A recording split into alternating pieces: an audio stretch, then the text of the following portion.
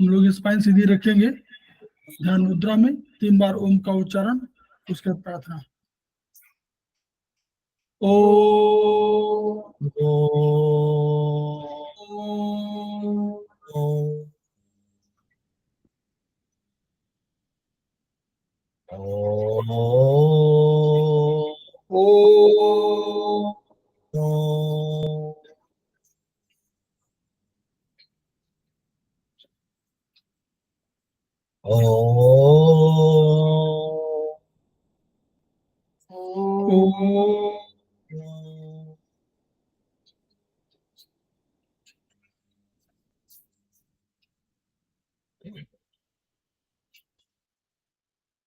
वह शक्ति हमें दो दयानिधे, कर्तव्य मार्ग पर डट जाए, पर सेवा पर उपकार में निज जीवन सफल बना जाए।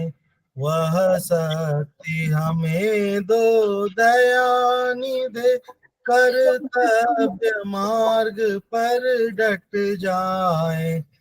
हम दीन दुखी निबलों मित्रों के सेवक बन संताप हरि, जो के पूरे भटके उनको तारी खुद तर जाए। वह शक्ति हमें दो दयानिधे, कर्तव्य मार्ग पर डट जाए। पाखंड दूर, अन्याय से निश दिन दूर रहे, जीवन हो शुद्ध सरल अपना, शुचि प्रेम सुधारत बरसाए।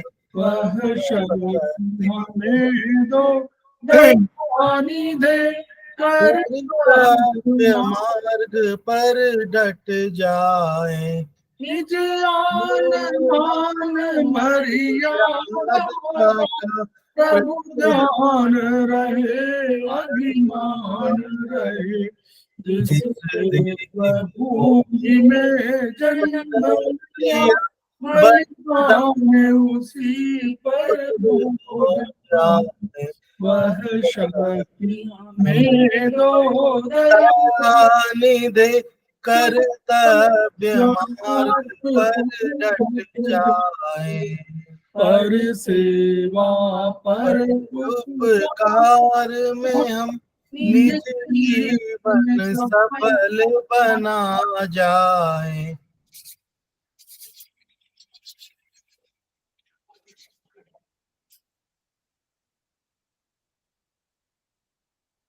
समवायी क्लासेस में आप सभी का स्वागत है।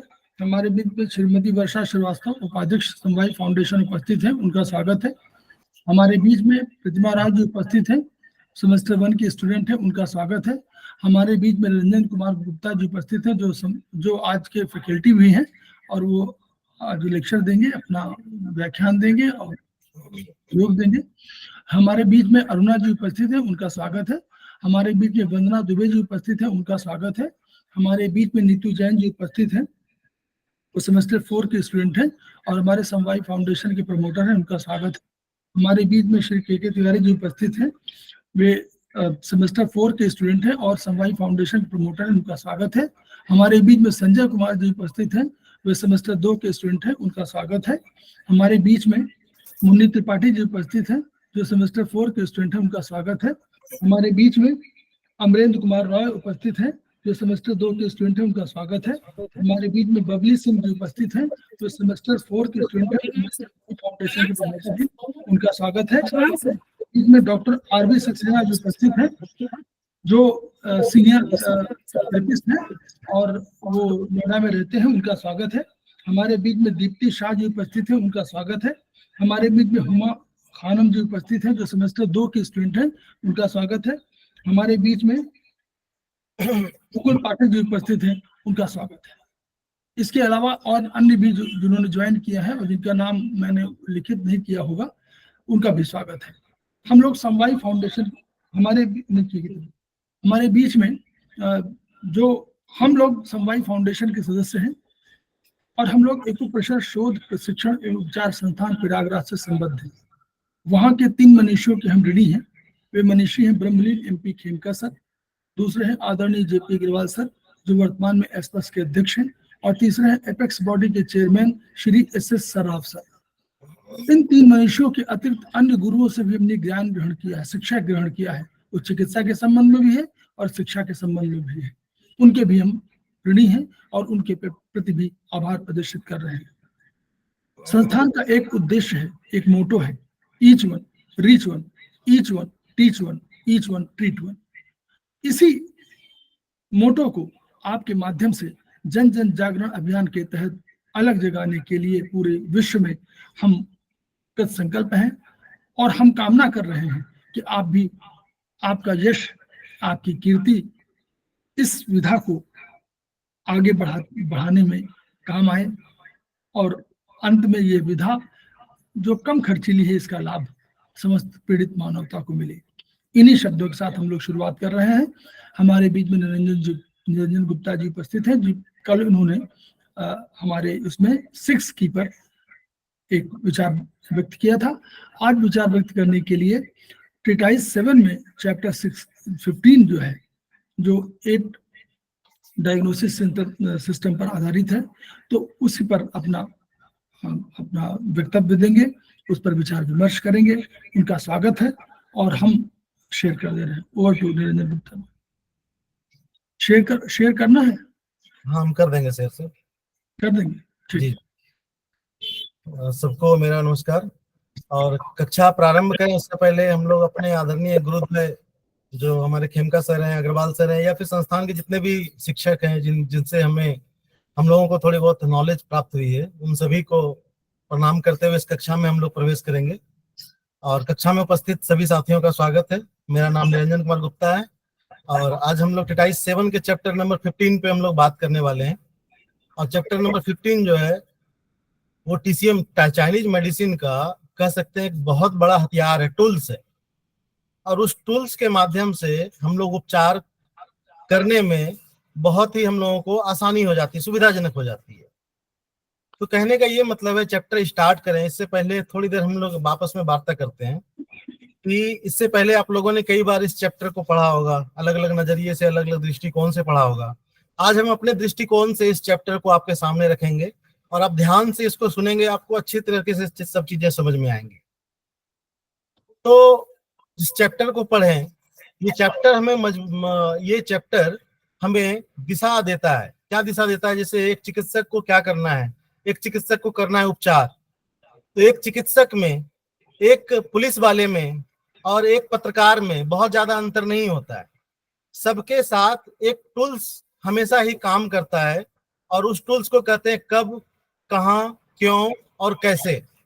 अगर एक चिकित्सक के पास इस टूल्स का अगर यूज करना उसे आ गया कि कब, कहां, क्यों और कैसे, तो ऐसे कंडीशन में क्या होता है कि एक चिकित्सक आसानी से उस बीमारी के तह तक, जड़ तक पहुंच जाता है। क्योंकि अगर आप देखें कि कोई भी बीमारी किसी न किसी समय में स्टार्ट होती है, किसी न किसी कारण से होती है। क्यों हुई, कैसे हुई, कब हुई, कहाँ हुई, पूछते हैं हम लोग। और अगर इसका जानकारी अच्छे से हम लोग निकाल पाए तो ऐसे कंडीशन में क्या होता है, हमारा उपचार बहुत ही पावरफुल हो जाता है। यानी हमारी डायग्नोसिस जो होती है बिल्कुल हम रूट तक पहुंच जाते हैं। जैसे पुलिस वाला कब, क्यों, कहाँ, इसका पता करके वो अपराधी को ढूंढ लेते हैं। पत्रकार देखिए खबर को ढूंढ लेते हैं, कब, कहाँ, क्या घटना हुई। उसी प्रकार से एक चिकित्सक को ठीक उसी प्रकार से काम करना चाहिए। उनको हर एक पेशेंट पे ये लागू करना चाहिए। कोई पेशेंट आए तो उसे डिटेल से बात करनी चाहिए, तभी आप उसका उपचार अच्छे से कर सकते हैं, तभी आप बीमारी के रूट तक पहुंच सकते हैं। तो बीमारी के रूट तक पहुंचने के लिए कब, कहां, क्यों और कैसे, इसका अप्लाई करने के लिए TCM विद्वानों ने, चाइनीज विद्वानों ने हम लोगों को एक टूल्स दिया है जिसे हम लोग 8 गाइडिंग प्रिंसिपल्स कहते हैं। 8 गाइडिंग डायग्नोस्टिक्स प्रिंसिपल, अलग अलग नाम से बोल सकते हैं। तो ये 8 पथ प्रदर्शक सिद्धांत हैं। पथ प्रदर्शक कहने का ये मतलब है कि हमें जहां जाना है वो है रोगी, रोगी का रोग।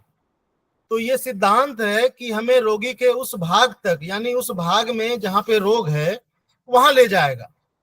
तो इस सिद्धांत का यूज करना बहुत ही महत्वपूर्ण है। और अगर आप कंटिन्यू अच्छे से, अगर इस तरह से इस टूल्स का अच्छे से प्रयोग करें, तो ऐसे कंडीशन में आप अच्छे से जरूर फाइंड आउट कर लेंगे कि बीमारी की रोग का कारण क्या है, कारण किस जगह छिपा हुआ है, कारण क्यों हुआ, कारण सिम्टम किसी और ऑर्गन का दिख रहा है, बीमार कोई और ऑर्गन है, तो आप उसके रूट तक पहुंच पाएंगे। तो चलिए हम लोग सीधा उसी चैप्टर पे चलते हैं, टिटाइस 7 की, जो आदरणीय श्री माता प्रसाद खेमका सर की लिखी हुई पुस्तक है टिटाइस 7। उसके चैप्टर नंबर 15 पे हम लोग चलते हैं। तो हम आपसे बात करने से पहले हम आपसे पीपीटी शेयर करते हैं। हमारी आवाज आशा करते हैं कि आप सब तक अच्छे से आ रही होगी, साफ साफ आ रही है सर। जी जी। हम आपसे स्क्रीन शेयर करते हैं। स्क्रीन हमारी दिख रही है आपको? हमारी स्क्रीन दिख रही है आपको? Yes yes yes sir. ठीक है, हम स्क्रीन शेयर कर रहे हैं आप सबसे।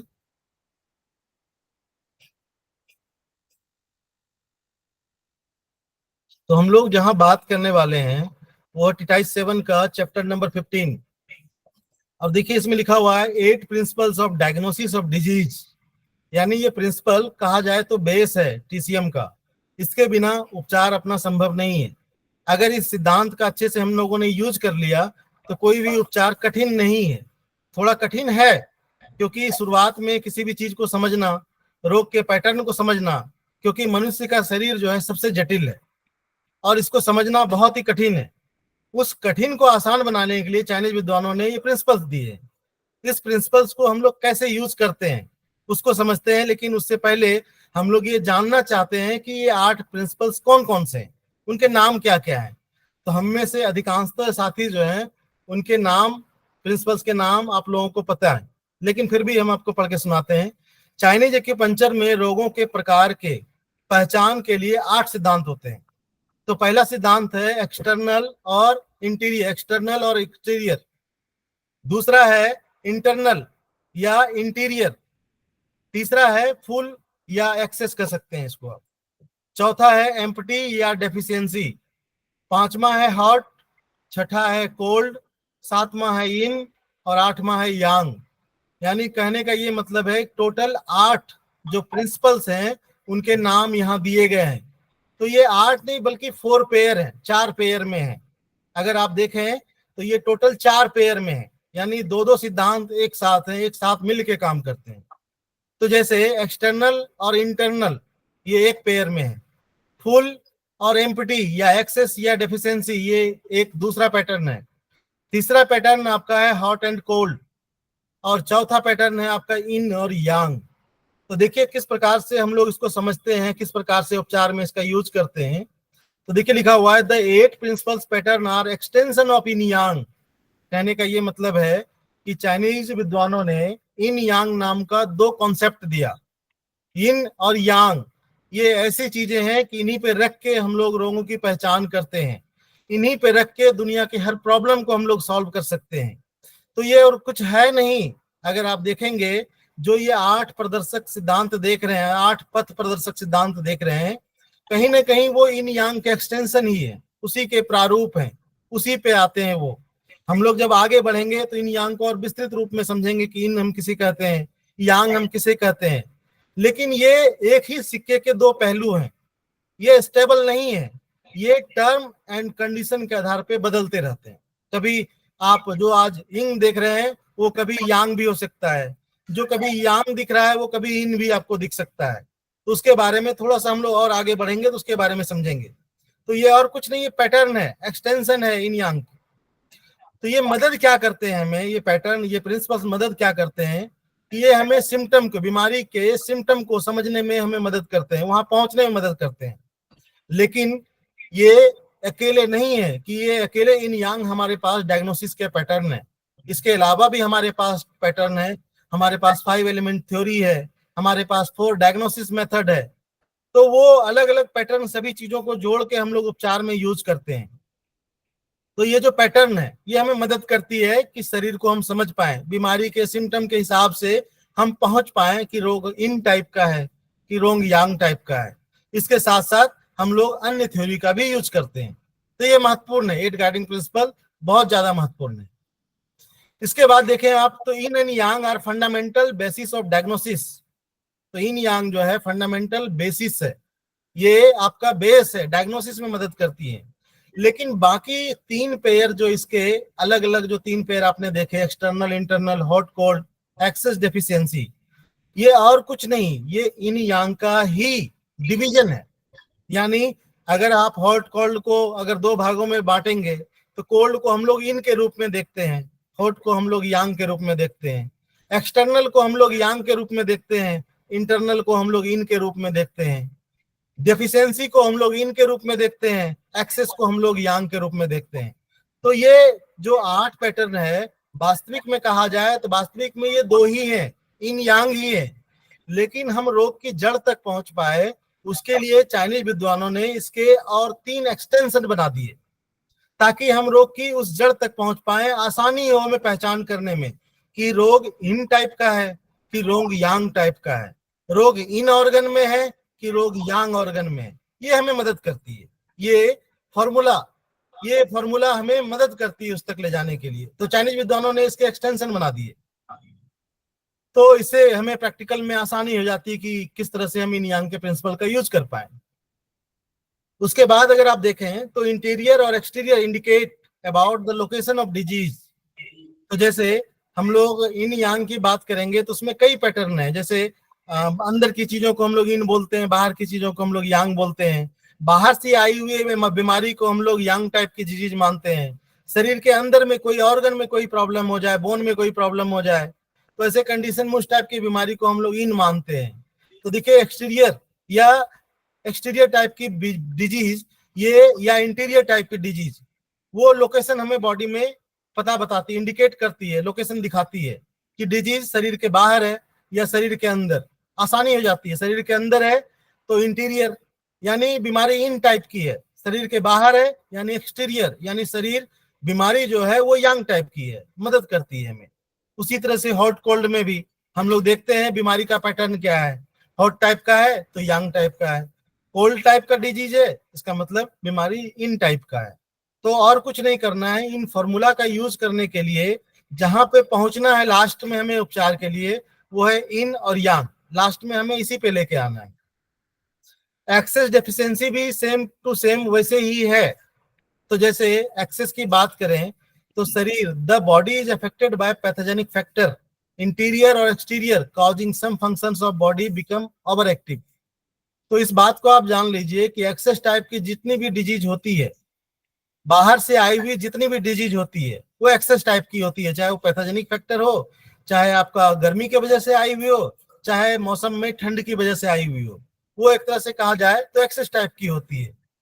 तो ऐसे कंडीशन में क्या होती है, हमारे शरीर के सिस्टम, हमारे बॉडी के सिस्टम, उसके फंक्शंस ओवर एक्टिव हो जाते हैं। This may due to either over activity of an internal organ, obstruction of qi, blood, body fluid and substance. तो कहने का ये मतलब है, इसका कारण क्या है कि जब पैथोजेनिक फैक्टर हमारे शरीर पे आक्रमण करते हैं, जब उसका आक्रमण हो जाता है तो ऐसे कंडीशन में हमारे शरीर में ऑब्स्ट्रक्ट हो जाता है, यानी रुकावट आ जाती है की के फ्लो में, ब्लड के फ्लो में, बॉडी फ्लूइड के फ्लो में, या फिर हमारे पास जो लाइफ सब्सटेंसेस है उसके फ्लो में रुकावट आ जाती है। तो ऐसे कंडीशन में कहीं भी रुकावट होती है, अगर कहीं पे नदी चल रही है वहां पे अगर आप बैरियर लगा दें, आप बांध लगा दें, तो ऐसे कंडीशन में क्या होता है, पानी बहुत ज्यादा हो जाता है। कंडीशन जो होती है वो एक्सेस टाइप की हो जाती है, यानी उस नदी के आसपास जहां आपने बैरियर लगाया है वहां के आसपास के गांव जो है उससे प्रभावित हो जाएंगे, तुरंत प्रभावित हो जाएंगे, भगदड़ मच जाएगी। तो कुछ कुछ अपने बॉडी में भी ठीक इसी प्रकार से जब इन चीजों के बहाव में, की के बहाव में, ब्लड के बहाव में, बॉडी फ्लूइड्स के बहाव में, सब्सटेंस के बहाव में अगर कोई रुकावट आ जाए तो ऐसे कंडीशन में क्या होता है, शरीर में एक्सेस टाइप के आपको सिम्टम प्राप्त होते हैं, यानी डिजीज एक्सेस टाइप की है, डिजीज यांग टाइप की है। तो ये होती है एक्सेस, इससे पता चलता है कि रोग एक्सेस टाइप की है। ठीक उसी प्रकार से डेफिशिएंसी की बात करें तो डेफिशिएंसी का मतलब है रोग इन टाइप का है, यानी शरीर में जो रोग आया है उसमें कहीं ना कहीं क्वी की, ब्लड की, बॉडी फ्लूइड्स की या लाइफ एसेंस की कमी है, एम्प्टी है। Deficiency is deficiency of one of more of the substance like की blood, body fluid, life essence is normally related to internal pattern disharmony.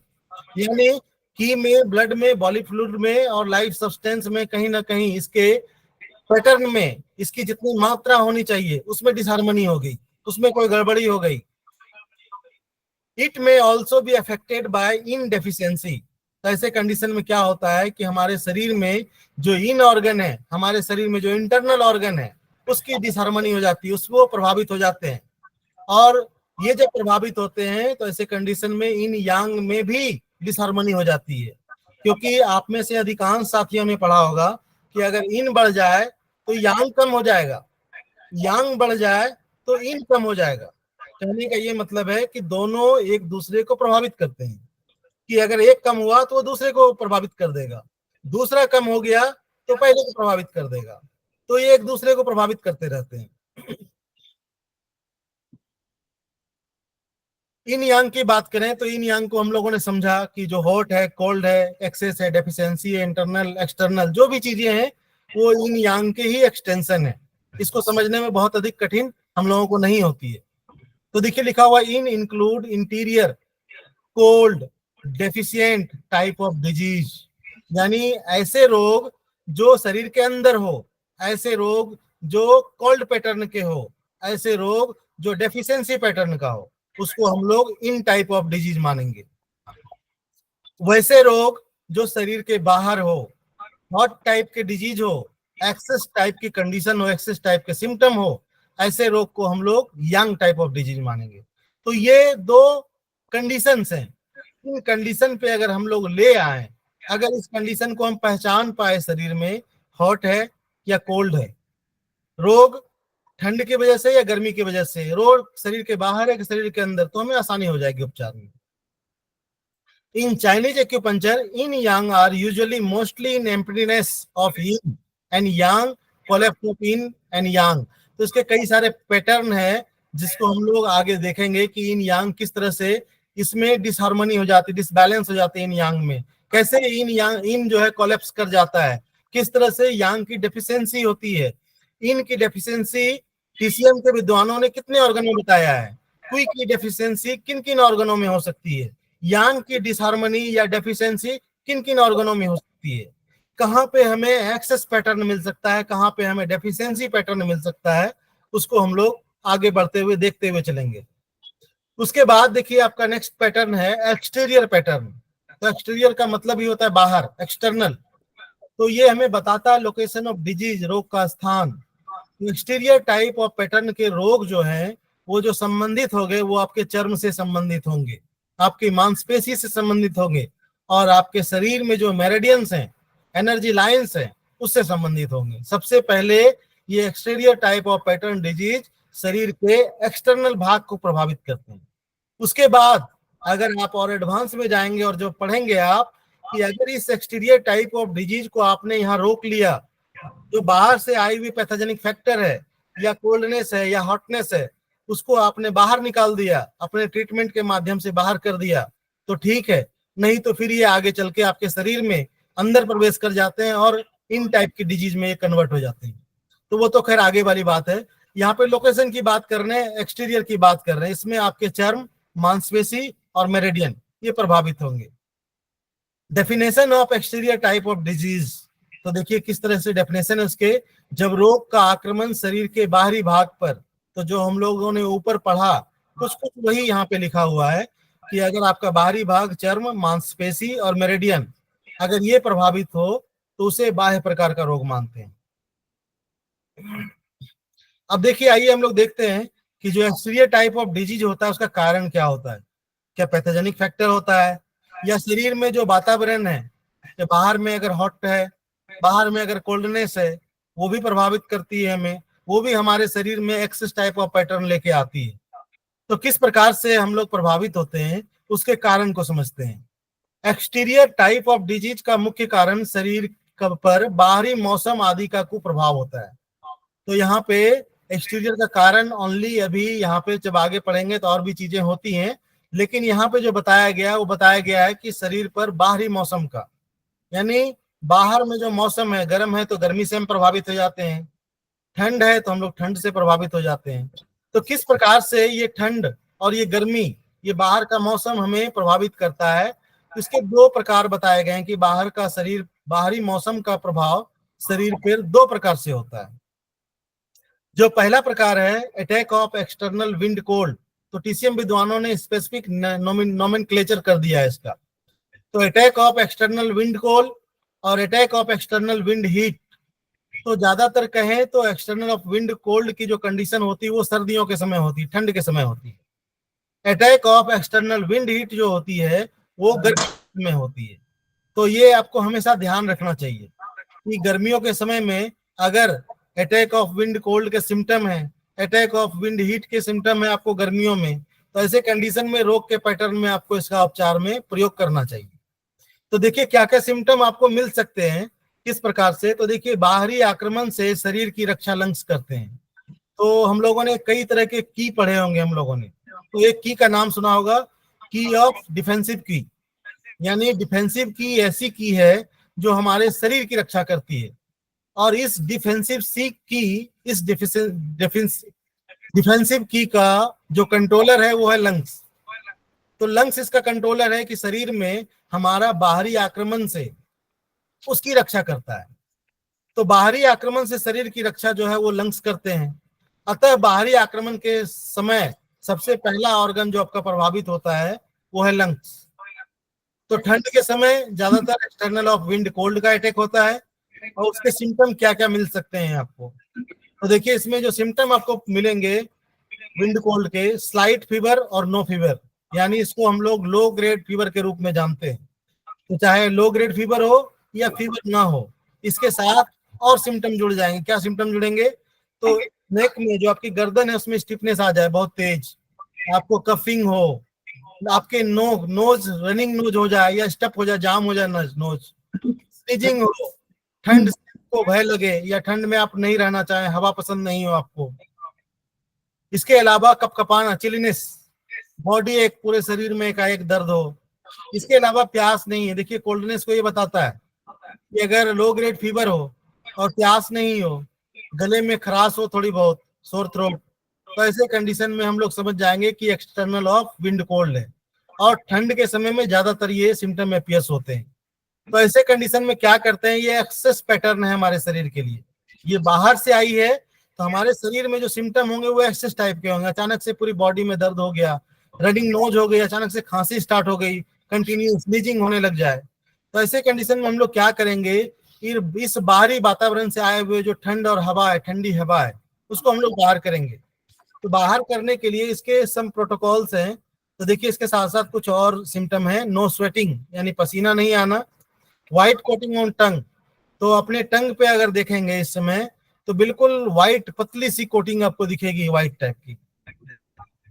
उसके पैटर्न देखिए, तो इसमें पैटर्न में देखिए इसमें पॉइंट आपका लिखा हुआ है Lu7, Li4, Ub12, governing vessel 16 और Cb17। इन सभी पॉइंट को हम लोग सिडेट कर देंगे। तो जैसे ही हम इन सभी पॉइंट को सिडेट करेंगे, ऐसे कंडीशन में ये पैथोजेनिक फैक्टर हमारे शरीर से धीरे धीरे करके बाहर हो जाएगा, तो रोगी को उन सारे सिम्टम में आराम मिलना स्टार्ट हो जाएगा। तो ये पहला पैटर्न है हमारा विंड कोल्ड का। अब दूसरा पैटर्न देखते हैं हम लोग विंड हीट का, कि attack of external wind heat. तो देखिए हीट और कोल्ड में आप पहचान ये कर सकते हैं कि कुछ चीजें जो है वो बिल्कुल अलग करती हैं इन दोनों को। हीट है इसमें प्यास होगी, हीट है इसमें फीवर हाई भी हो सकती है, फीवर मीडियम भी हो सकती है, लेकिन fever low grade high grade ही होगी ज्यादातर। तो इसमें प्यास लगना, रनिंग नोज वगैरह हो सकती है, इसमें बहुत कम मात्रा में हो सकती है, लेकिन ज्यादातर जो है स्टप नोज होती है, नाक जाम हो जाती है। ज्यादातर रनिंग नोज ना होके स्टप हो जाती है, लेकिन बहुत बार हमें देखने को मिलती है कि नोज से कंटिन्यूअस जो है निकलना शुरू होता है। तो देखिए इसमें एक्सटर्नल विंड हीट में आपका जो सिम्टम होगा वो है fever, cough, aversion to cold. तो दोनों में ये कॉमन है, ठंड से इसमें भयभीत होगा व्यक्ति, ठंड में रहना पसंद नहीं करेगा, विंड कोल्ड में भी ठंड में रहना पसंद नहीं करेगा। सोर थ्रोट, स्टप नोज और एकिंग बॉडी, थोड़ा बहुत शरीर में दर्द होगा, लेकिन विंड कोल्ड होगा तो ऐसे कंडीशन में थोड़ा सा शरीर में दर्द जो है वो ज्यादा होगा। इसके अलावा स्लाइट स्वेटिंग, तो गर्मी है, हीट है तो थोड़ी स्वेटिंग होगी, प्यास होगी। तो देखिए इसमें क्या होता है, कोई जरूरी नहीं कि ठंड के समय में ही आपको विंड कोल्ड का अटैक हो, गर्मी के समय ही आपको सिर्फ विंड हीट का अटैक हो, ऐसा नहीं है। बहुत बार क्या होता है कि बहुत बार हम अगर हाई ग्रेड में या बहुत ज्यादा टेम्परेचर, बहुत कम टेम्परेचर में एसी वगैरह चला लेते हैं, कि अगर टेम्परेचर आपने बहुत लो कर दिया या फिर मौसम में बहुत ज्यादा ठंड आ गई, बरसात का समय आ गया, गर्मी भी है और अचानक से पानी पड़ गया और मौसम बहुत ज्यादा ठंडा हो गया, तो बहुत बार उस समय भी विंड कोल्ड का प्रभाव हो जाता है। तो हमें इस सिम्टम से अलग करना पड़ेगा उसको, कि समय तो गर्मी का है, बरसात हो गई, मौसम ठंडा हो गया, तो ये विंड कोल्ड है या विंड हीट। तो उसमें पूछेंगे हम पेशेंट से कि आपको प्यास लग रही है क्या, अगर बोले प्यास नहीं लग रही, इसका मतलब है कोल्ड टाइप है। अगर वो बोल रहे हैं हाँ प्यास लग रही है, गले में सूखा सूखा सा लग रहा है, फीवर हो, तो ये सब अलग करने में आपको मदद करती है। लेकिन ज्यादातर जो है ये आपको उसके स्पेसिफिक जो उसके मंथ होते हैं गर्मी के, उस समय आपको ज्यादा ये मिलेगा विंड हीट का, और ठंड सर्दियों के समय आपको विंड कोल्ड का। तो देखिए इसमें आपको ठंड में विंड कोल्ड में आपको मिला था व्हाइट कोटिंग ऑन टंग, और इसमें आपको दिखेगा येलो कोट ऑन टंग। तो इस पे कोटिंग दिखेगी, येलो कलर की पतली कोटिंग दिखेगी, तो उससे आपको पता चल जाएगा कि बाहरी पैथोजेनिक फैक्टर विंड हीट का अटैक हो गया है। तो यहाँ पे हम लोग पॉइंट ट्रीटमेंट में LU11, LI4, LI11, governing vessels 14, governing vessels 16, UV12 और गॉल ब्लैडर 20, इन सभी पॉइंट को हम लोग सिडेट कर देंगे। तो जैसे ही सिडेट कर देंगे तो ऐसे कंडीशन में जो हीट और विंड, इन दोनों का जो अटैक हुआ, ये जो बाहरी पैथोजेनिक फैक्टर है, ये शरीर से बाहर हो जाएंगे और उस सिम्टम में पेशेंट को आराम मिलना स्टार्ट हो जाएगा। तो देखिए अभी जो बात हम बोल रहे थे ना कि आपको हॉट एंड कोल्ड को पहचानना आवश्यक है, क्योंकि अगर ऐसा होता कि गर्मी के समय ही विंड हीट का अटैक होता, ठंड के समय ही विंड कोल्ड का अटैक होता, तो यहाँ पे ये लिखा हुआ नहीं होता कि उपचारकों को हॉट एंड कोल्ड के अंतर को समझना आवश्यक है। तो हमें ये समझना पड़ेगा। कैसे समझें? तो जैसे हीट है, इसके साथ थ्रस्ट है यानी प्यास लग रही है, तो डिजीज हॉट टाइप है। प्यास नहीं है, एब्सेंस ऑफ कोल्ड, तो ऐसे कंडीशन में क्या करेंगे? प्यास नहीं है तो ऐसे कंडीशन में क्या मानेंगे कि ये डिजीज जो है वो कोल्ड पैटर्न का है। शरीर उस पे टंग पे अगर व्हाइट कोटिंग है, रोग कोल्ड टाइप का है। टंग पे कोटिंग येलो कलर की है, रोग हॉट टाइप का है। तो ये हमें मदद करती है। स्लाइट फीवर हो, फीवर बहुत ज्यादा हो, हॉट एंड कोल्ड में हम लोग अंतर कर लेते हैं कि रोग हॉट टाइप का या कोल्ड टाइप का, अटैक विंड कोल्ड का है, अटैक विंड हीट का है। ये आपके प्रमुख, बहुत सारे आपको गर्मी के समय, ठंड के समय इस तरह से लोग मिलते हैं, अचानक से शरीर में दर्द आ गया, फीवर आ गया, रनिंग नोज हो गए, तो आप अंतर कर पाएंगे इन चीजों से। तो आप पेशेंट से उस समय ये क्वेश्चन कर सकते हैं, प्यास है क्या, है ना, इस तरह से देख सकते हैं। उसके टंग पे देख सकते हैं कोटिंग व्हाइट है, येलो है, प्यास है नहीं है, फीवर तेज है, तो श्योर शॉट है विंड हीट है। इसके अलावा इसके साथ साथ हमें यह भी जानना पड़ेगा, विंड हीट विंड कोल्ड को हम लोगों ने समझ लिया, लेकिन इसके साथ साथ जब हम लोग विंड हीट विंड कोल्ड का उपचार देते हैं, इसके साथ साथ उपचारकों को हमें यह भी समझना पड़ेगा कि शरीर में की ब्लड की क्या कंडीशन है, कि है, कम है, ज्यादा है, ये बहुत अधिक है, ब्लड की कंडीशन क्या है, वो हमें समझना पड़ेगा। तो देखिए इसमें लिखा हुआ है स्वेटिंग इज इम्पटी, यानी रोग जो है ये कोल्ड टाइप का है। अगर स्वेटिंग नहीं है, कोल्ड टाइप का है। नो स्वेटिंग फुल टाइप, यानी एक्सेस कंडीशन है, no sweating. Slow pulse empty, tight pulse full. तो देखते हैं बहुत बार फीवर तेज होती है तो पल्स टाइट हो जाता है, बहुत फास्ट चलने लगती है। सीवियर बॉडी एक इज फुल कंडीशन, यानी एक्सेस कंडीशन, एक्सेस डेफिशिएंसी, इस तरह से अंतर कर सकते हैं। इसके बाद देखिए if qi and blood are full it is easy to treat the patient. शरीर में, रोगी के शरीर में अगर की पर्याप्त मात्रा में है, ब्लड पर्याप्त मात्रा में है, तो ऐसे कंडीशन में आपका उपचार बहुत आसान तरीके से हो जाएगा। आप जो भी उपचार करेंगे उसका उस पर प्रभाव बहुत जल्द पड़ेगा, सकारात्मक पड़ेगा। इसको जरा फिर से रिपीट करिए। हाँ जी, इसकी को दोबारा रिपीट करिए, इसी 3-4 लाइन को। अच्छा, इनको एक बार रिपीट कर दीजिए अच्छे से, मतलब थोड़ा। स्वेटिंग एंड एम्पटी, हाँ, इसको एक्सप्लेन थोड़ा करिए। देखिए, इसको जो है ना, इसमें हम लोग ये समझते हैं, ये जस्ट और कुछ नहीं, एक्सेस और डेफिशिएंसी पैटर्न को समझ सकते हैं कि रोग एक्सेस टाइप का है कि डेफिशिएंसी पैटर्न का है। जैसे स्वेटिंग नहीं है, स्वेटिंग एम्प्टी है, इसका मतलब क्या है, इन टाइप का है, एक्सेस नहीं है, एक्सेस नहीं है, डेफिशिएंसी पैटर्न है। अगर स्वेटिंग बहुत, नो स्वेटिंग है, अगर बहुत ज्यादा स्वेटिंग नहीं हो रही है, तो ये एक्सेस कंडीशन। बहुत बार क्या होता है कि जब शरीर में एक्सेस कंडीशन होती है तो बहुत बार इस तरह से क्या होता है, स्वेटिंग बंद हो जाती है, रोक लेता है स्वेटिंग को। स्लो पल्स हो तो ये डेफिशिएंसी पैटर्न है, टाइट पल्स हो तो ये फुल पैटर्न है, एक्सेस टाइप का है। सीवियर बॉडी एक हो तो ये भी फुल कंडीशन यानी एक्सेस कंडीशन है। माइल्ड बॉडी एक हो तो ये डेफिशिएंसी पैटर्न है। मतलब ये एक सर, तरह से कह सकते हैं ना, जब आप उस पैटर्न पे ले जाएंगे एक्सेस स्वेटिंग हो तो कौन सा है सर?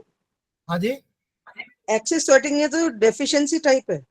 एक्सेस स्वेटिंग अगर हो रही है, अगर स्वेटिंग नहीं है, बिल्कुल स्वेटिंग नहीं है, तो ये एक्सेस है। अगर स्वेटिंग, बहुत बार दो कंडीशन होती है इसमें, जब आप आगे पढ़ेंगे तो बहुत बार एक्सेस कंडीशन, जो बहुत ज्यादा स्वेटिंग होती है वो एक्सेस कंडीशन में भी गिनती होती है। लेकिन जब उसके पैटर्न को आप अलग अलग तरीके से, हमने बताया ना कि ये इन यांग का पैटर्न जो है ये स्टेबल नहीं है, ये अस्थाई नहीं है, टर्म एंड कंडीशन पे ये बदलता रहेगा, ये टर्म एंड कंडीशन पे बदलता रहेगा। जैसे स्वेटिंग होना चाहिए नॉर्मली, व्यक्ति को अगर गर्मी का समय स्वेटिंग होनी चाहिए, लेकिन अगर गर्मी और बिल्कुल स्वेटिंग नहीं हो रही है, इसका मतलब शरीर में एक्सेस पैटर्न है, रोक रहा है उसको। तो इसको टर्म एंड कंडीशन पे हमें बिठा के देखना पड़ेगा कि इसका कारण क्या है। वो जो 8 प्रिंसिपल है ना, उन्हीं में से इसको लाके देखना पड़ेगा क्या कारण है कि शरीर पसीना ही नहीं दे रहा है, कोई एक्सेस कंडीशन है अंदर में। ओके। उसके बाद देखिए आपको, इफ की एंड ब्लड आर इम्पटी, तो शरीर में ब्लड और की दोनों इम्पटी है, कम है, डेफिशिएंट है, टोनिफाई the same along with the treatment of external और इंटरनल अटैक। कहने का ये मतलब है कि अगर आप अटैक ऑफ एक्सटर्नल विंड की कोल्ड या विंड हीट का ट्रीटमेंट दे रहे हैं और शरीर में ब्लड और क्वी अगर नहीं है, कम है, डेफिशिएंट है, तो ऐसे कंडीशन में इसके साथ साथ आपको की और ब्लड के पॉइंट को भी देना पड़ेगा, तो आपका उपचार ज्यादा बेहतर होगा इसके साथ साथ। ठीक है,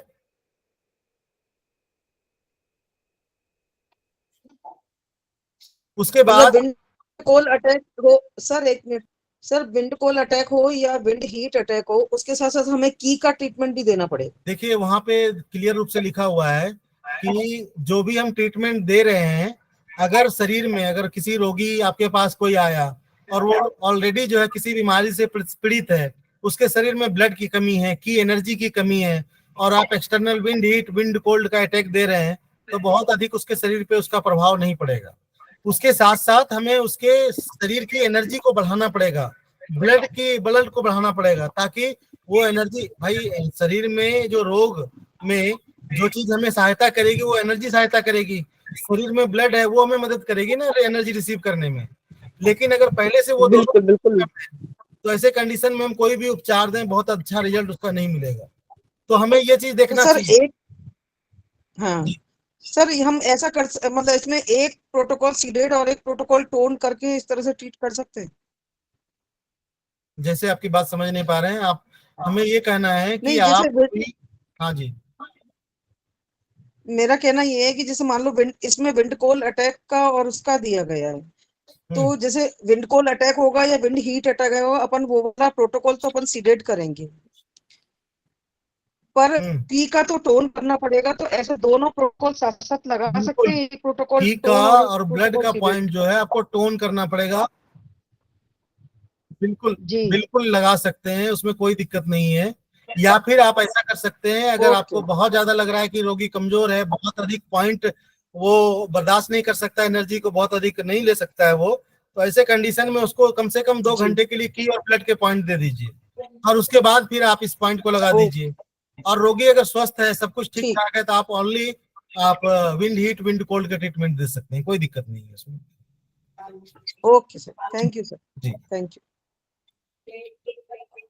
इसके बाद हम लोग इंटरनल पैटर्न देख रहे हैं। अभी हम लोगों ने एक्सटर्नल पैटर्न देखे, और एक्सटर्नल पैटर्न में हम लोगों ने 2 मेथड देखा, एक एक्सटर्नल विंड कोल्ड और एक attack of external wind heat. 2 pattern देखा हम लोगों ने। तो हम लोगों ने पहले ही बात किया कि ये शरीर के बाहर के रोग की बात की करते हैं हम लोग एक्सटर्नल में, लेकिन वहीं इंटीरियर पैटर्न की बात करें, इंटरनल की बात करें तो ऐसे कंडीशन में हम जानते हैं कि ये शरीर के अंदर का भाग, शरीर के अंदर हमारा क्या है, शरीर के अंदर हमारे इंटरनल ऑर्गन है, बोन्स हैं, ब्लड है, बहुत सारी चीजें हैं, वो प्रभावित होंगी। आप अपना माइक ऑफ कर लीजिए प्लीज, रिपीट हो रहा है इधर। लोकेशन ऑफ डिजीज में इंटीरियर पैटर्न ऑफ रोग से इंटरनल ऑर्गन्स और बोन्स प्रभावित होते हैं, खास करके ऑर्गन और बोन्स, इसके बारे में लिखा हुआ है।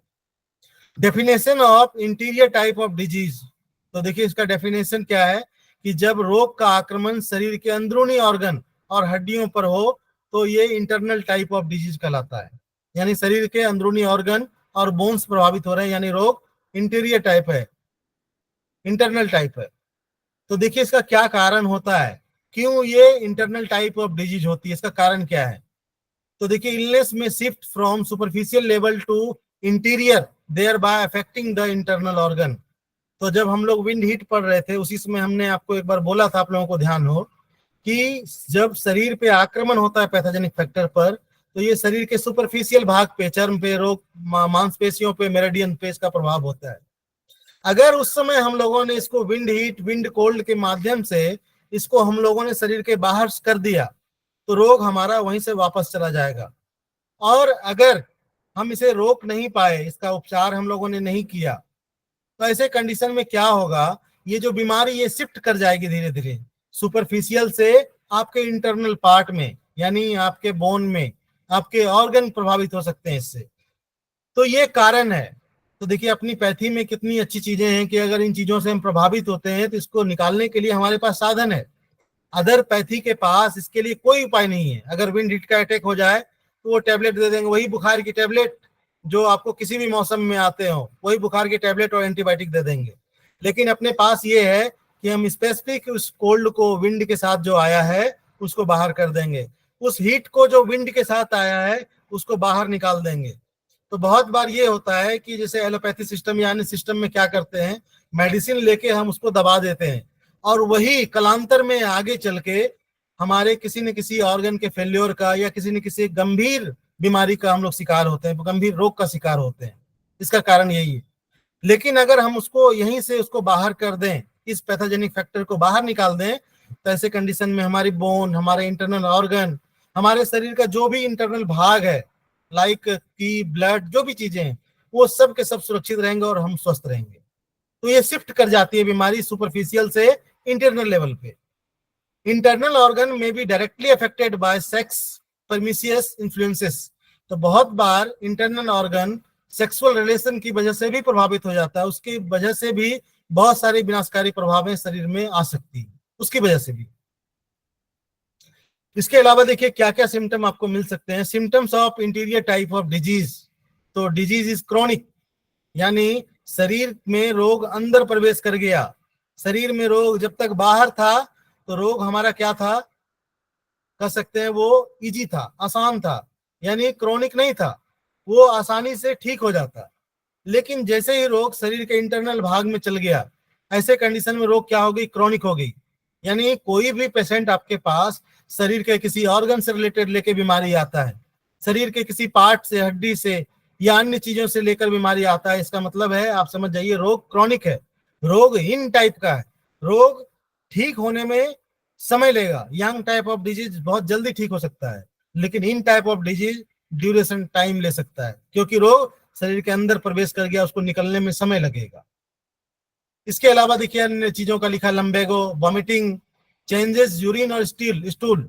तो वॉमिटिंग की कंडीशन हो तो इंटरनल ऑर्गन प्रभावित होते हैं, उसकी वजह से वॉमिटिंग होती है। चेंजेस यूरिन और स्टूल, तो स्टूल में चेंजेस आ जाए। स्टूल के कई सारे पैटर्न अपने टिटाइज में बताए गए हैं कि स्टूल का पैटर्न क्या है, स्टूल किस तरह से बंधा हुआ हो रहा है, या पतला हो रहा है, या टूट टूट के हो रहा है, उसमें ड्राइनेस है, या किस तरह से हो रहा है, उसके चेंजेस आ जाएंगे। उसमें यूरिन में चेंजेस आ जाएंगे, यूरिन के कलर में चेंजेस आ जाएंगे, उसके पीएच में वेरिएशन आ जाएगा। तो ये सब इन टाइप ऑफ डिजीज है, इंटरनल डिजीज है। इसके अलावा फीवर हो सकती है, फीवर के साथ साथ फीवर विथ नो फियर। तो फीवर होगी, उसके साथ आपको भय नहीं लगेगा ठंड से या विंड से, इससे भय नहीं लगेगा, ये क्योंकि रोग अंदर शिफ्ट कर गया है। अगर बाहर होता तो ठंड से या फीवर, इन चीजों से आपको भय लगता। चेंजेस इन टंग, तो टंग के टेक्सचर में भी चेंजेस आ जाएंगे। अगर शरीर रोग के अंदर चला गया तो देखिए कैसे पहचाने, क्या चेंजेस आ जाएगा टंग में। तो हम में से अधिकांश साथियों ने पढ़ा होगा कि हमारी टंग पे शरीर के अलग अलग ऑर्गन के उसके अलग अलग भाग पे उसके वहां पे करस्पॉन्डेंस है, heart, lungs, liver, kidney, stomach, spleen. तो कहने का ये मतलब है कि शरीर में जो ऑर्गन हमारे इंटरनल ऑर्गन प्रभावित होंगे उससे संबंधित टंग पे जो ऑर्गन की उपस्थिति, वहां पे जो लोकेशन है उस जगह पे चेंजेस हमें दिखने लगेगा, यानी टंग में चेंजेस आ जाएगी। उससे हम लोग पहचान पाएंगे कि क्या चेंजेस है, किस जगह की दिक्कत है। सॉरी। इसके बाद है डायग्नोसिस ऑफ डिजीज। तो कहने का ये मतलब है कि जितनी भी चीजें हैं ये आपकी मदद करती हैं कि किस प्रकार से आप देखें। तो कोई भी टूल्स आपका बेकार नहीं, चाहे वो टंग हो, चाहे आपकी 4 डायग्नोसिस हो, चाहे आप 8 गाइडिंग प्रिंसिपल हो, सभी महत्वपूर्ण है। डायग्नोसिस ऑफ डिजीज में special symptoms special symptom also appears for each of affected internal organ. तो उसके कुछ आपको, जैसे कोई आपके इंटरनल ऑर्गन प्रभावित हैं, स्टमक प्रभावित हैं या हार्ट प्रभावित हैं या किडनी प्रभावित हैं, तो उसके कुछ स्पेसिफिक सिम्टम होते हैं जो कि हम लोग टिटाइज के अलग अलग पुस्तकों में हम लोगों को मिलता है। खास करके आप टिटाइज 7 में ही देखेंगे तो अलग अलग ऑर्गन की मेरिडियंस के बारे में, अलग अलग ऑर्गन के उसके पैटर्न, रोग के बारे में बताया गया कि अगर हार्ट की प्रॉब्लम है पल्पिटेशन होगी और चीजें होंगी, स्प्लीन की प्रॉब्लम होगी, भूख कम लगेगी, तो उसके अलग अलग पैटर्न है। तो उसके स्पेशल आपको सिम्टम अपीयर्स होते हैं। और जब सिम्टम अपीयर होते हैं तो ऐसे कंडीशन में आपको पहचान करने में आसानी हो जाती है कि रोग अंदर है, शरीर के इंटरनल ऑर्गन प्रभावित हैं। इंटरनल ऑर्गन कौन सा प्रभावित है वो उसके स्पेसिफिक सिम्टम आपको बता देंगे कि ये स्टमक है, ये स्प्लीन है, ये लीवर है, ये किडनी है, ये ऑर्गन प्रभावित है, मुझे इसका उपचार करना है।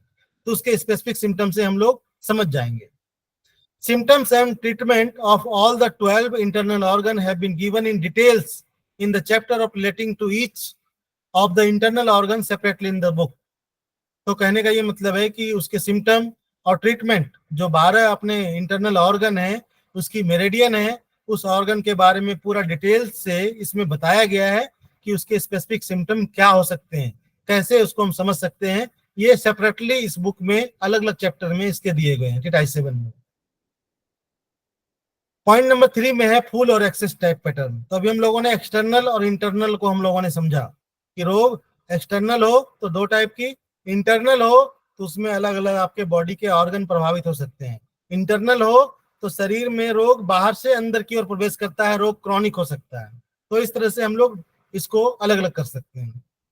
अब देखते हैं हम लोग फुल और एक्सेस टाइप ऑफ पैटर्न क्या होती है। तो हम लोगों ने पहले ही बात किया कि शरीर पे कोई भी पैथोजेनिक फैक्टर आती है, बाहर से आती है, तो हमारे शरीर में की ब्लड और बॉडी फ्लूइड्स टाइप चीजों को क्या करती है, वो ऑब्स्ट्रक्ट करती है, उसमें उसके फंक्शन में दिक्कत कर देती है। तो ऐसे कंडीशन में क्या होता है कि हमारे शरीर में सिम्टम जो होती है वो एक्सेस पैटर्न वाली होती है, सिम्टम एक्सेस टाइप की होती है।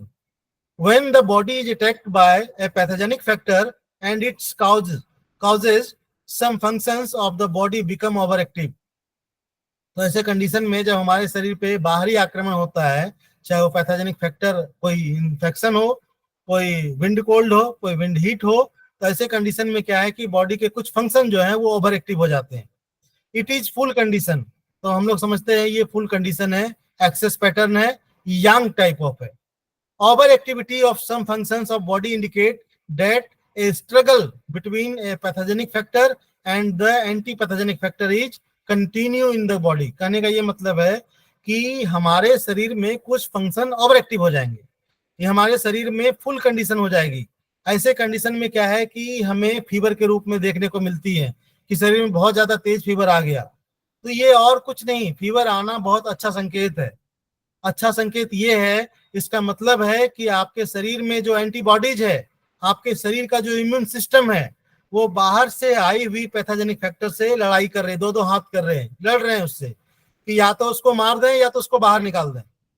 तो ये और कुछ नहीं होती है, शरीर में गतिविधि तेज हो जाती है। अगर कोई बाहर से दुश्मन आ जाए तो सारे के सारे सिपाही लड़ने को आतुर हो जाते हैं। हमारे शरीर में सिपाही हैं अलग अलग, हम लोगों ने ब्लड वाले चैप्टर में पढ़े होंगे, व्हाइट ब्लड सेल्स हैं, वो लड़ाई करते हैं। तो ऐसे कंडीशन क्या है कि ब्लड में एक्टिविटी तेज हो जाती है ब्लड सेल्स की, उसको समाप्त करने के लिए। तो ऐसे कंडीशन में हमें हमारे शरीर के कुछ फंक्शंस जो है वो ओवर एक्टिव हो जाते हैं, हमें कुछ शरीर में अच्छा नहीं लगता, बहुत बेचैनी सी महसूस होती है। ये और कुछ नहीं, ये बताता है कि हमारे शरीर में पैथोजेनिक फैक्टर में और हमारे शरीर की जो एंटी पैथोजेनिक फैक्टर है उन दोनों के बीच में लड़ाई हो रही है। और जैसे ही हमारा जो हमारे सिपाही है WBC है वो जीत जाएंगे, ऐसे कंडीशन में हम रोग पे काबू पा लेंगे। ऐसे कंडीशन में हमारे शरीर में जितनी भी ओवर एक्टिव कंडीशन है, जो फुल कंडीशन है, वो धीरे धीरे करके शांत हो जाएंगे। तो ये अपना एक्सेस टाइप ऑफ पैटर्न है। इससे हम लोग समझ सकते हैं कि एक्सेस टाइप ऑफ पैटर्न क्यों होती है शरीर में, ये अच्छा है शरीर के लिए या बुरा है। तो ये संकेत है, ये अच्छा है।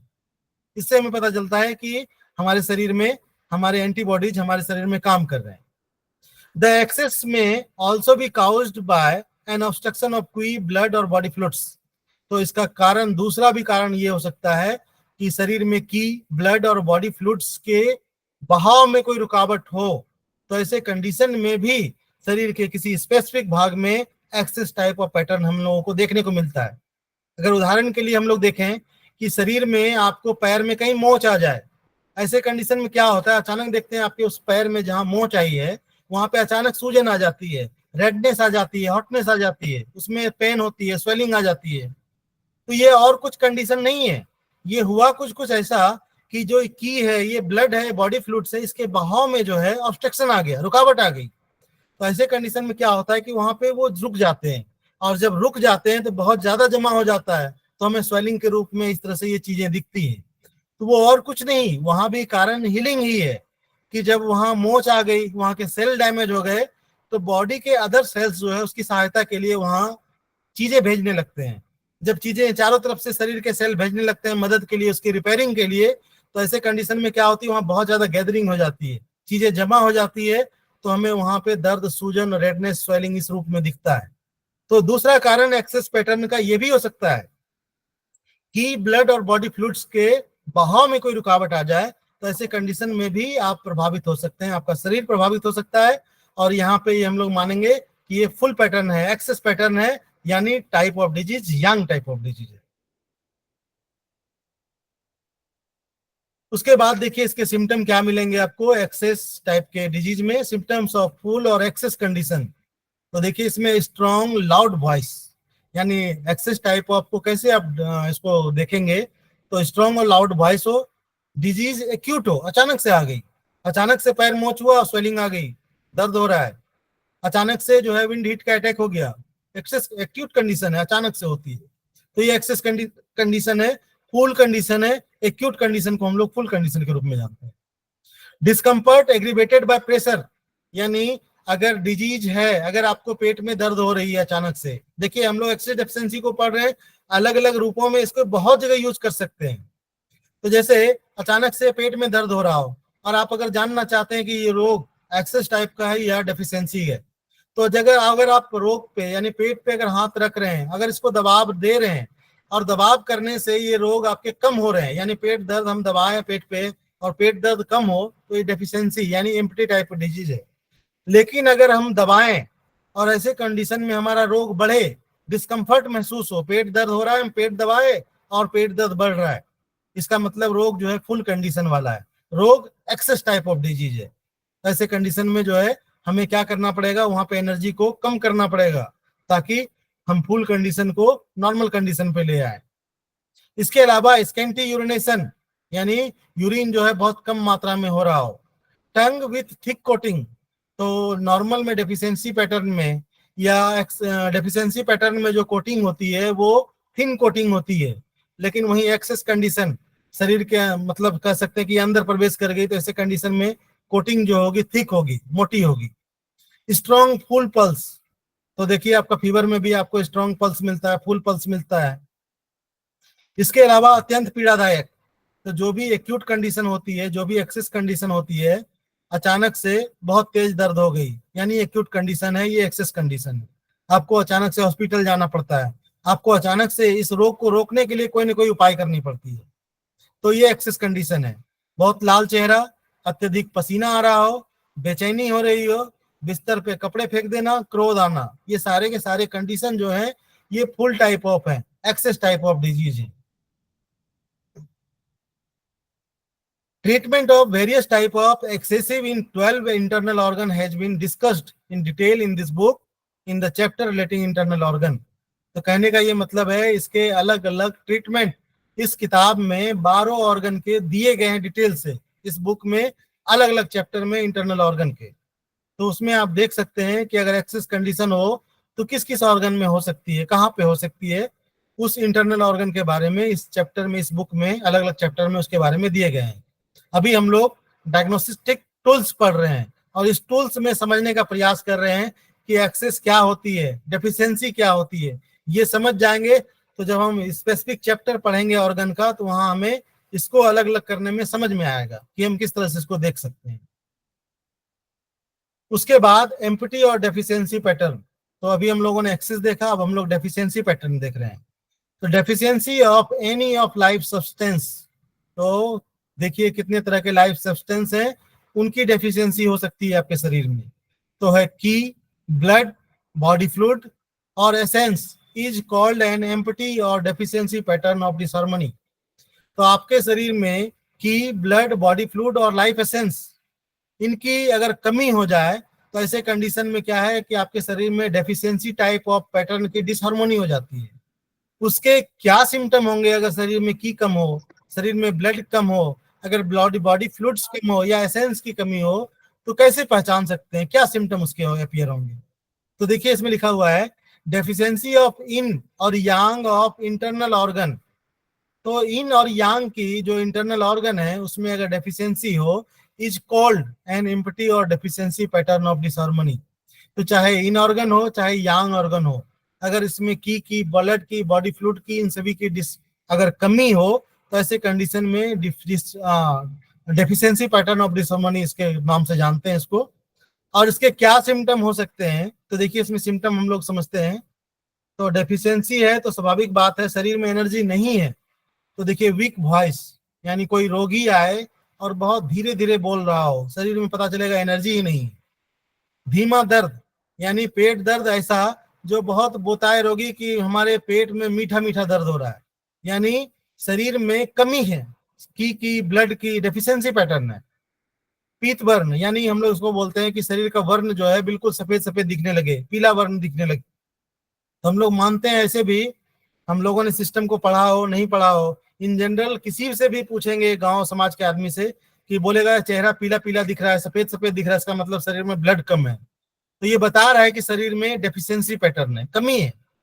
थोड़ा बहुत पसीना आ रहा हो, बिस्तर में सिकुड़ कर सोना, इसके अलावा बिल्कुल शांत हो जाना, quiet disposition, chronic disease, excess urination और इनकंटिनेंस, पेल टंग और नो कोटिंग, वीक और एम्प्टी पल्स। तो ये सारे के सारे सिम्टम जो है वो डेफिशिएंसी पैटर्न में आपको मिल सकते हैं। अब ये बात होगी कि डेफिशिएंसी पैटर्न हमें कहाँ कहाँ मिल सकता है। ये इस बुक में आगे अलग अलग चैप्टर में लंग्स की, स्प्लीन की, अलग अलग ऑर्गन के डेफिशिएंसी पैटर्न इसमें दिए हुए हैं, कहाँ कहाँ किस किस तरह की डेफिशिएंसी हो सकती है, कहाँ कहाँ किस किस ऑर्गन में ब्लड की डेफिशिएंसी हो सकती है, कहाँ कहाँ किस किस ऑर्गन में क्वी की डेफिशिएंसी हो सकती है, कहाँ कहाँ किस किस ऑर्गन में यांग की डेफिशिएंसी होती है। ये आपको अलग अलग चैप्टर में मिलेगा। इसमें भी हम लोग पढ़ेंगे अभी थोड़ा बहुत कि किस किस ऑर्गन में यांग की डेफिशिएंसी होती है, की डेफिशिएंसी होती है और ब्लड की डेफिशिएंसी होती है। उपचारकों को फुल और इम्पटी कंडीशन के लक्षणों के अंतर को समझना चाहिए। कहने का ये मतलब है कि अगर हम एक उपचारक हैं तो हमें हमेशा ये समझना पड़ेगा कि रोग फुल टाइप है या एम्पटी टाइप है, रोग एक्सेस टाइप है या डेफिशिएंसी टाइप है, रोग इन टाइप है, रोग यांग टाइप है। ये हमें एक उपचारक के रूप में, अगर हम अच्छा उपचारक बनना चाहते हैं तो हमें इस टूल्स का यूज करके, बार बार यूज करने से धीरे धीरे इस टूल्स को आप अच्छे से यूज कर पाएंगे। तो एक अच्छे उपचारक को ये समझना बहुत आवश्यक हो सकता है। इसलिए कि अगर मान के चलिए रोग एक्सेस टाइप है और अगर आपने समझा नहीं, आपको एक्सेस टाइप में आपको सीडेट करना है ताकि एनर्जी कम हो, लेकिन अगर आप रोग समझ नहीं पाए और आपने टोन कर दिया, ऐसे कंडीशन में क्या होगा, रोग और बढ़ जाएगा। रोग डेफिशिएंसी पैटर्न है, यानी शरीर में की ब्लड की ऑलरेडी कमी है और आपने क्या किया, और सीडेशन एनर्जी कम करने के पॉइंट आप लोगों ने लगा दिए, आप समझ नहीं पाए रोग को। तो ऐसे कंडीशन में क्या होगा, ऐसे कंडीशन में रोगी कल मरने का वो आज ही मर जाएगा।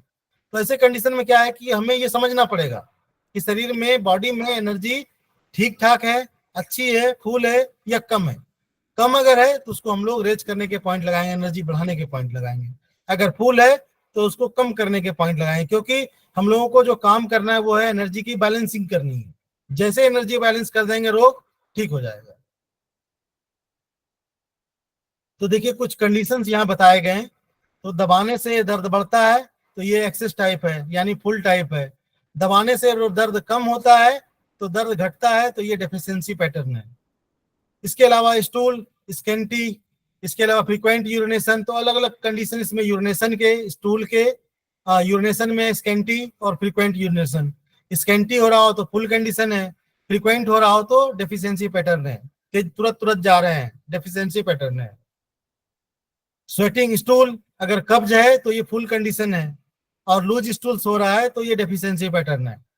स्वेटिंग हो रही हो तो प्रोफ्यूज स्वेटिंग, लगातार स्वेटिंग हो रही हो तो ये फुल पैटर्न है, और स्लाइट हल्की फुल्की सेटिंग हो रही हो तो ये डेफिशिएंसी पैटर्न है। टिनेटस यानी कानों में आवाज आना, तो बहुत तेज आवाज आ रही हो, हाई पिच, तो ऐसे कंडीशन में मानेंगे एक्सेस टाइप है, यानी फुल टाइप है। लो पिच टिनेटस है, बहुत हल्की हल्की कान में आवाज आ रही है, यानी ये डेफिशिएंसी पैटर्न है। तो इस तरह से हम लोग टोन सीडेट में हम लोगों को मदद मिलती है, काम करने में मदद होती है हम लोगों को। ब्रीदिंग देखिए, अगर कोर्स ब्रीदिंग, बहुत तेज गाढ़ा ब्रीदिंग ले रहा है, ये फुल कंडीशन है शरीर में। और अगर ब्रीदिंग वीक है, बहुत धीरे धीरे सांस ले रहा है, तो ये डेफिशिएंसी पैटर्न है। नॉर्मल पैटर्न में हमें पता नहीं चलता, लेकिन अगर फुल कंडीशन है तो रोगी अगर सामने सांस लेगा तो पता चलेगा रोगी सांस ले रहा है।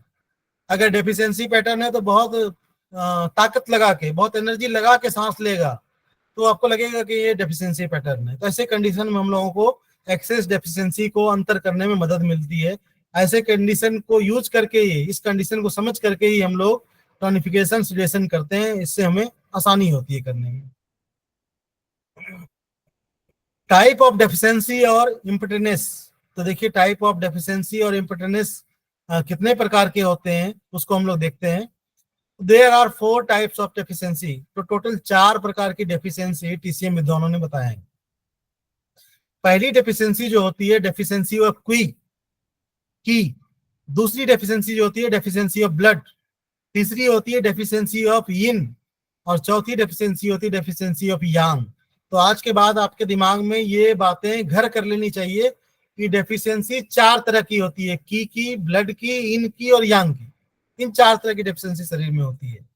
दूसरे स्तर पे आपको ये ध्यान रखना होगा की डेफिशिएंसी किस किस ऑर्गन में होती है, ब्लड की डेफिशिएंसी किस किस ऑर्गन में हो सकती है, यिन की डेफिशिएंसी किस किस ऑर्गन में हो सकती है, यांग की डेफिशिएंसी किस किस ऑर्गन में हो सकती है।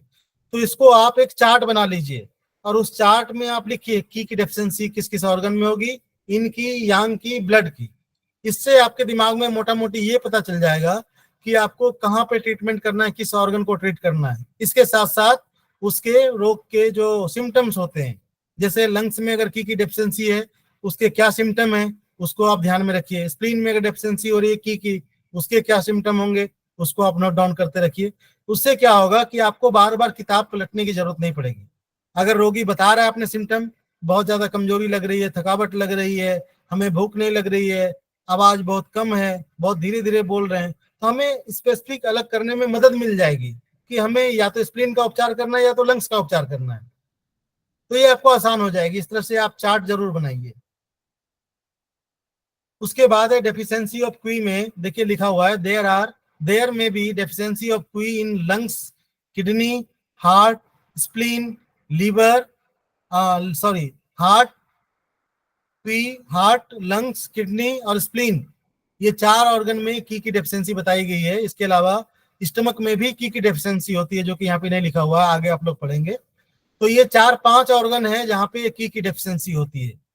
इसमें लिखा हुआ है लीवर की इज नेवर डेफिशिएंट, यानी लीवर शरीर में सबसे राजा ऑर्गन है, ताकतवर ऑर्गन है। कहते हैं शरीर में 3 दिमाग है, 3 ब्रेन है। तो एक ब्रेन जो हमारे सर पे है, दूसरा ब्रेन एब्डोमेन में हमारा लीवर, और तीसरा ब्रेन है हमारे सियाटिका नर्व। तो जो ये आपके एब्डोमेन में जो ये ऑर्गन है लीवर, ये भी एक प्रकार से ब्रेन की तरह काम करता है। आप कोई चीज खा रहे हैं, प्रोटीन, फैट, ग्लूकोज या कोई मेडिसिन, तो ये लीवर डिसाइड करता है इसको कहाँ जाना है। तो ये बहुत ही ताकतवर ऑर्गन है, इसको राजा ऑर्गन के नाम से जानते हैं। तो इसकी की कभी डेफिशिएंट नहीं होती है, लीवर की कभी डेफिशिएंट नहीं होती है। तो liver qi never deficient. Symptoms of deficiency of qi in the various organ and their treatment is being given in separate chapter in this book. कहने का ये मतलब है कि जो डेफिशिएंसी ऑफ क्वी की होती है, किस किस ऑर्गन में होते हैं, उसके कुछ कुछ ऑर्गन के नाम यहाँ लिखे हुए हैं, और उसके स्पेसिफिक सिम्टम, लंग्स में होंगे उसके क्या सिम्टम होंगे, स्प्लीन में होंगे उसके क्या सिम्टम होंगे, इस किताब में उसके चैप्टर में उसके स्पेसिफिक सिम्टम को इसमें बताया गया है। उसमें आप पढ़ के अलग अलग ऑर्गन के की डेफिशिएंसी के सिम्टम को आप समझ सकते हैं। उसके बाद है deficiency of blood. There may be deficiency of blood in liver, heart, spleen. तो ये 3 ऑर्गन बताए गए हैं जहां पे ब्लड की डेफिशिएंसी हो सकती है, स्प्लीन, लीवर और heart. Symptom of deficiency blood in various organ. तो सिम्टम ऑफ डेफिशिएंसी ब्लड के जो है वेरियस ऑर्गन में हो सकते हैं, और उनके अलग अलग ट्रीटमेंट ठीक उसी प्रकार से इसके स्पेसिफिक लीवर वाले चैप्टर में जाएंगे तो लीवर के आपको ब्लड डेफिशिएंसी के उसके पैटर्न मिल जाएंगे, उसके कारण मिल जाएंगे, सिम्टम मिल जाएंगे। हार्ट में जाएंगे उसके क्या सिम्टम होंगे ब्लड की डेफिशिएंसी होने पे, वो सिम्टम मिल जाएंगे। स्प्लीन के उसके सिम्टम मिल जाएंगे इस बुक में। Deficiency of yin and yang have been discussed later on in this book. तो डेफिशिएंसी ऑफ इन और यांग का इस बुक में बहुत अधिक डिस्कस यहाँ पे नहीं है, उसको किस पुस्तक में अलग जगह उसको बताया गया है। उसमें आप लोग जब पढ़ेंगे टिटाइज चैप्टर 7 में इन और यांग का चैप्टर, उसमें आपको डिटेल से इन यांग के विषय में आपको जानकारी मिलेगी। अभी हम लोग टूल्स पढ़ रहे हैं, गाइडिंग प्रिंसिपल्स के टूल्स। उसमें अब 5वें नंबर का टूल्स जो है वो है हॉट। तो देखिए हार्ट डिजीज 2 प्रकार के होते हैं। हार्ट डिजीज 2 प्रकार के होते हैं, फुल हीट और दूसरा एम्प्टी हीट। 10 मिनट और चला जाए अभी। जी सर, 10 मिनट और चला जाए अभी, बोलिए। टाइम हाँ सर, चला सकते हैं। हाँ सर, हाँ 10 मिनट, 10 मिनट निरंजन, 10 मिनट जी। 10 मिनट चलने दें और जी हाँ चलिए। आप लोग बोर तो नहीं हो रहे ना कोई? एक बार इन और यांग के बता दो ना, उसमें कौन से ऑर्गन आते हैं इन डेफिशिएंसी और यांग डेफिशिएंसी के? जैसे आपने क्या की बताया? सर, जैसे की में तो लंग्स, स्प्लीन, किडनी और हार्ट, स्टमक आते हैं। ब्लड डेफिशिएंसी में लीवर, हार्ट और स्प्लीन। और तो इन में और यांग में कौन से रहेंगे सर? इन और यांग में भी आप पढ़ेंगे अभी, जैसे अभी आप थोड़ा आगे बढ़ेंगे ना, तो इन की डेफिशिएंसी जैसे किडनी में होती है, लीवर में होती है, हार्ट में होती है, उसी तरह से यांग डेफिशिएंसी जब इस चैप्टर में आगे बढ़ेंगे ना वो सब मिलेगा। थोड़ा धैर्य रखिए, थोड़ा पेशेंस बनाए रखिए, आगे मिलेगा सब कुछ। सेकंड सेमेस्टर में ये सब। ठीक है, 10 मिनट और ले लेते हैं हम लोग। चलिए। तो हॉट टाइप ऑफ डिजीज जो है 2 प्रकार के होते हैं, जिसमें एक हम लोग फुल टाइप ऑफ हीट मानते हैं और दूसरा एम्प्टी हीट। तो देखिए ये पैटर्न भी आपको मिलेगा आगे, जिसको हम लोग एक्सेस डेफिशिएंसी के रूप में देखते हैं ना यहाँ पे, जिसको हम लोग हॉट टाइप डिजीज को 2 भागों में बांटते हैं। अगर कोई रोगी रोग लेके आ रहा है कि जैसे बोल रहे हैं पूरे शरीर में बहुत ज्यादा हीट है, या कह सकते हैं फीवर हो, फुल हीट हो, और बहुत बार ऐसे कंडीशन में होते हैं इसके स्पेसिफिक भाग में, पैर के तलवे में या किसी स्पेसिफिक भाग में बताते हैं कि हमें इस भाग में गर्मी महसूस होती है। तो ऐसे कंडीशन में हम लोग इसमें आगे पढ़ेंगे कि ये 2 तरह की होती है, एक फुल हीट और दूसरी एम्प्टी हीट। तो फुल हीट हम लोग किसको कहेंगे, उसके सिम्टम क्या होंगे? एम्प्टी हीट है तो उसके सिम्टम क्या होंगे, उसका कारण क्या होता है, उसको हम लोग समझेंगे। तो पहले फुल हीट के बारे में समझते हैं। तो फुल हीट का जो, अगर हमारी बॉडी में अगर कोई full heat type of disease है, उसमें क्या सिम्टम अपियर होंगे? तो देखिए उसमें फीवर होगा, फुल हीट में तेज फीवर होगा, हाई ग्रेड फीवर होगा। इसके साथ प्यास लगेगी, रोगी का गला सूखेगा, उनके चेहरे को देखेंगे तो चेहरा रेडनेस दिखेगी, रेड फेस। हीट है तो स्वाभाविक बात है बॉडी फ्लूइड्स को जला देगा, तो ऐसे कंडीशन में व्यक्ति को कॉन्स्टिपेशन होगा। स्कैंटी डार्क यूरिन, ये भी बता रहा है शरीर में हीट है, बहुत कम मात्रा में हो रहा है और पेशाब का कलर बहुत ही गाढ़ा है। बहुत बार जब आप धूप में जाते हैं देखिए आपका पेशाब का कलर डार्क हो जाता है, ये फुल कंडीशन है। तो स्कैंटी डार्क यूरिन ये बता रहा है फुल हीट है। रेपिड फुल पल्स, यानी पल्स जो है आपका बहुत तेज हो और फास्ट हो, तो ऐसे कंडीशन में जो है आप समझ जाइए कि ये फुल हीट है। Red tongue with yellow coat, तो इतने सारे सिम्टम के साथ साथ फिर आप टंग देखते हैं, और टंग में अगर आपको टंग की जो मेन टंग की जो कलर है वो रेड हो और उसके ऊपर कोटिंग अगर येलो कलर की चढ़ी हुई है, तो ऐसे कंडीशन में ये 100% श्योर कर देगा कि ये फुल हीट है। अब ये फुल हीट कहाँ कहाँ होती है हम लोग आगे पढ़ेंगे। Important notes about full heat condition. तो देखिए क्या फुल हीट के बारे में स्पेशल नोट दिया गया है।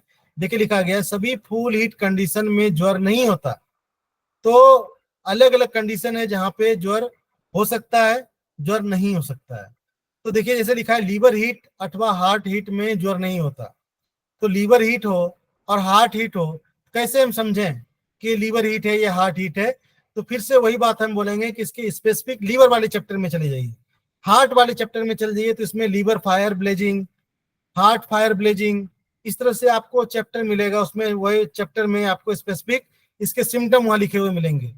उससे आप अंतर कर लेंगे कि व्यक्ति के शरीर में, व्यक्ति को एंजाइटी है, सो नहीं पा रहा है, व्यक्ति बहुत ज्यादा बोल रहा है, तो ऐसे कंडीशन में समझ जाते हैं हम लोग कि हार्ट में हीट है, हार्ट फायर ब्लेजिंग है। तो ऐसे कंडीशन में क्या होता है कि ये फुल कंडीशन है। तो ऐसे कंडीशन उस पॉइंट को लगा के हम लोग उस फुल हीट की कंडीशन को ठीक करते हैं। इसके अलावा चर्म पर लाल उठा हुआ इरप्शन जिसमें गर्मी लगे बताता है कि हीट टाइप ऑफ डिजीज हुई है, जैसे एक्यूट आर्टिकेरिया। तो अचानक से आपको पित्ती उछल जाती है, लाल लाल हो, उस पर जलन हो, उसमें दर्द हो रहा हो, जलन हो रहा हो, गर्मी लग रही हो, तो ऐसे कंडीशन में समझेंगे कि ये जो हुआ है इसका मतलब शरीर में हीट है, फुल हीट है। जहां तक दर्द का सवाल है, दर्द के साथ जलन हीट रोग बताती है, जैसे सिस्टाइटिस में जलन। सिस्टाइटिस का मतलब हो गया आपका यूरिनरी ब्लैडर में इंफेक्शन, तो सिस्टाइटिस बोलते हैं। इसमें जलन हो, पेट में जलन हो रहा हो, तो ये फुल हीट है। जब ज्यादा मात्रा में चमकदार लाल रक्त शरीर में से कहीं निकल रहा हो, यानी कहीं कट गया, या कोई फीमेल है उसके मेंसेस में ब्लीडिंग हो रही है, बहुत ज्यादा ब्लीडिंग हो रही है और ब्लड का कलर बिल्कुल रेड है, बिल्कुल चमकता हुआ है, इसका मतलब है आप वहां कोई प्रोटोकॉल लगाएं वो काम नहीं करेगा, क्योंकि शरीर में हीट कंडीशन है और हीट की वजह से ब्लड बहुत तेज मात्रा में निकल रहा है, लाल चमकदार ब्लड है। तो ऐसे कंडीशन में क्या है कि हमें हीट को अगर कम कर दें तो ऐसे कंडीशन में ब्लड की जो मात्रा बहुत ज्यादा निकल रही है या बहुत चमकदार ब्लड है वो कम हो जाएगी। शरीर में कहीं भी निकल रहा हो उसमें भी आप समझ सकते हैं। बहुत बार आप देखिए बहुत लोगों को नोज ब्लीडिंग होने लगती है, इसी तरह से चमकदार लाल रंग। तो ऐसे कंडीशन में हमें पता चलता है कि शरीर में हीट कंडीशन है और ये ब्लड आ रही है। तो ऐसे कंडीशन में हमें उसका उपचार करना पड़ेगा, हीट को कम करना पड़ेगा। अत्यंत बेचैनी और मैनिक बिहेवियर, तो बहुत ज्यादा बेचैन हो, इधर बैठे उधर बैठे, सो रहे हैं उठ के बैठ जा रहे हैं, तो बहुत ज्यादा मैनिक बिहेवियर, अत्यंत बेचैनी, ये हार्ट हीट बताती है, यानी हार्ट में हीट बढ़ी हुई है। फुल हीट के कारण शरीर में यांग ऊर्जा एक्सेस हो जाती है। गर्म तासीर का भोजन ज्यादा समय तक सेवन करने से फुल हीट करने का ये मतलब है कि अलग अलग भोजन है जिसकी तासीर, किसी भोजन की तासीर ठंडी होती है, किसी किसी भोजन की तासीर गर्मी होती है। तो बहुत ज्यादा तेल मसाला, गर्म प्रकार के भोजन, मांस मछली मदिरा का सेवन कर रहे हैं, तो ऐसे कंडीशन में शरीर में heat pattern type of disease के रोग होते हैं। तो बहुत बार ये हमें रोग को पहचानने में ये सब चीजें मदद करती हैं कि रोगी आया तो हमें पता चलता है, कोई रोगी आया तो हम पूछते हैं उससे, अगर इस तरह के सिम्टम दिख रहे हैं तो हम उससे पूछते हैं आप शराब पीते हैं, आप तेल मसाले वाली चीजें ज्यादा खाते हैं, आप तंबाकू ज्यादा खाते हैं।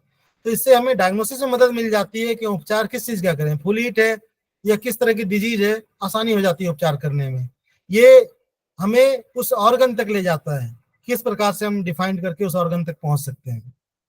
तो चलिए आज इसी के साथ अपने क्लास को यहीं पे विराम देते हैं और आशा करते हैं कि आप लोगों को थोड़ा थोड़ा करके कुछ समझ में आया होगा। आप लोग बहुत अधिक बोर नहीं हुए होंगे हमारी क्लास में और सबको कहीं ना कहीं मजा आया होगा थोड़ा थोड़ा। तो आप लोग रिपीट कीजिएगा जो चीजें हमने बताई, उसको ध्यानपूर्वक अगर आप पढ़ेंगे तो बहुत अधिक कठिनाई